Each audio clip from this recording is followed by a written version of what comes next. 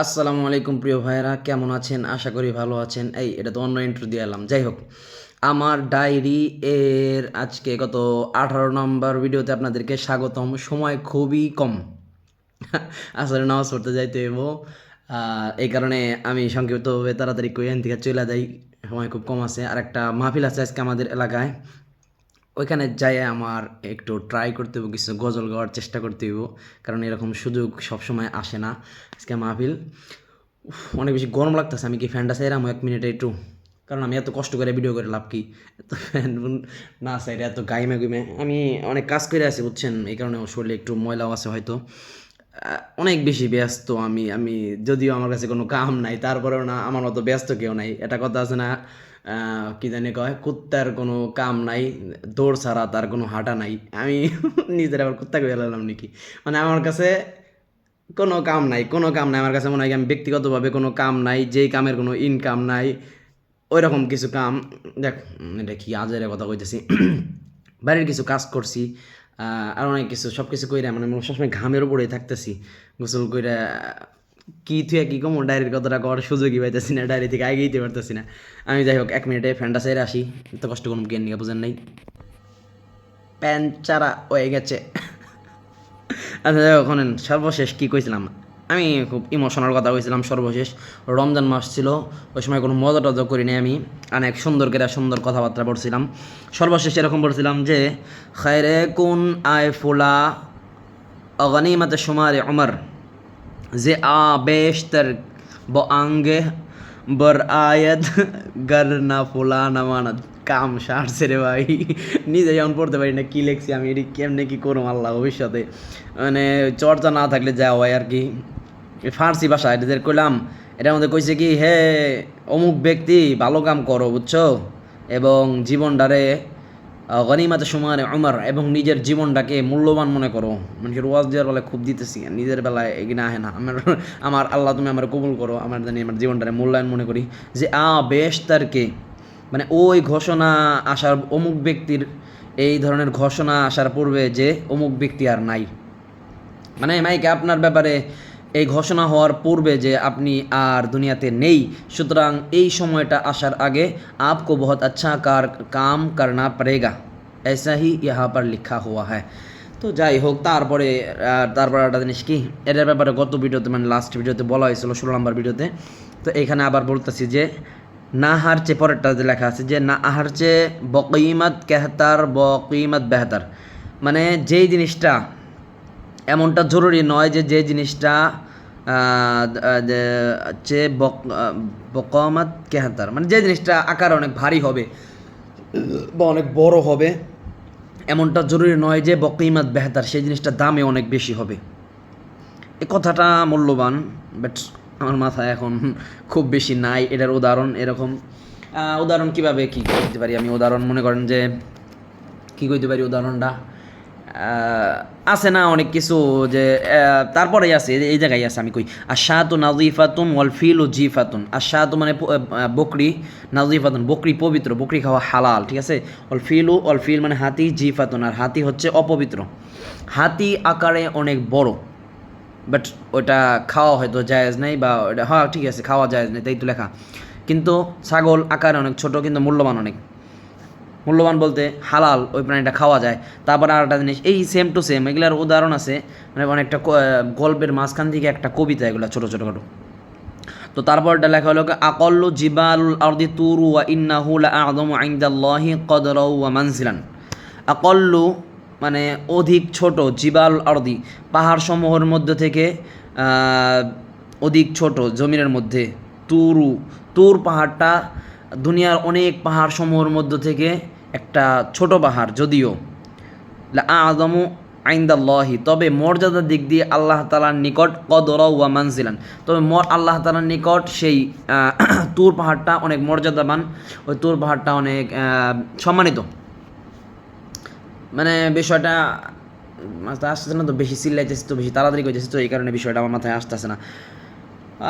আছে না অনেক, মন নাই, বাদ দেই, সামনে আগাই।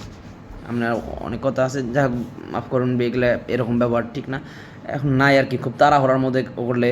আসলে আর একটা জিনিস বুঝতে পারলাম আমি, মোতাআলা ছাড়া দর্স করা ঠিক না।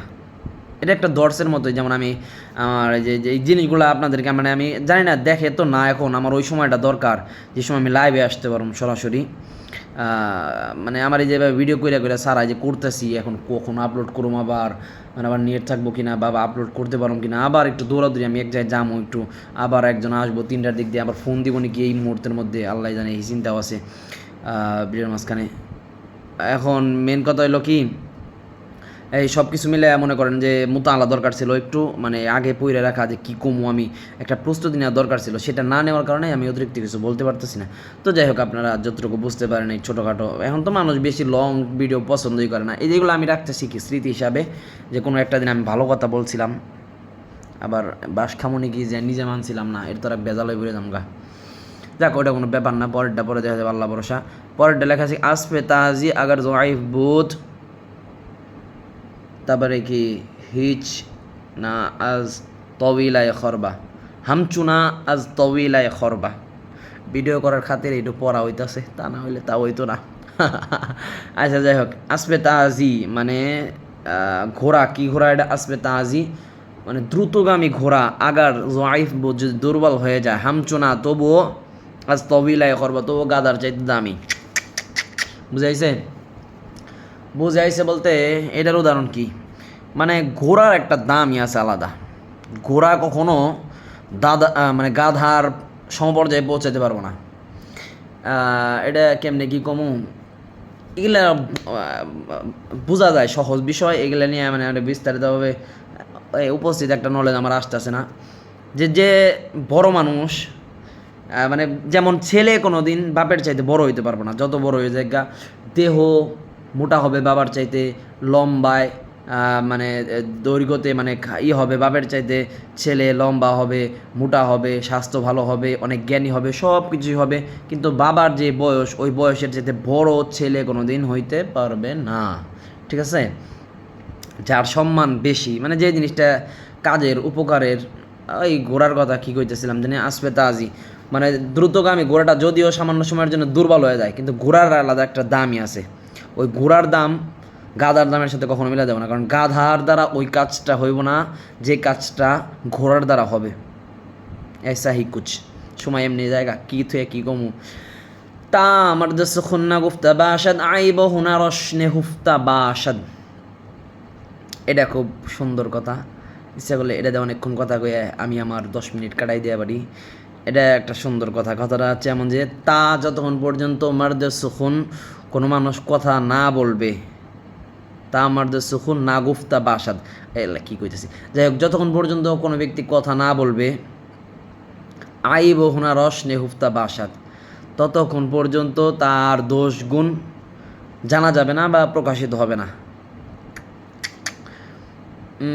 বিষয়টা কেমন, যেমন আমি যদি ভিডিও টিডিও না করতাম, আমি যদি চুপচাপ থাকতাম বা ফেসবুকে ছবি টবি আপলোড না করতাম, একদম সাধারণভাবে চলাফেরা করতাম, মানে হুজুর টাইপের হুজুর হয়ে থাকতাম, এলাকায় নামাজ পড়তাম, মানে একদম চুপচাপ থাকতাম, গাম্ভীর্য ভাব নিয়ে থাকতাম, বেশি কথাবার্তা না কইয়া, তাইলে কী হইতো জানেন?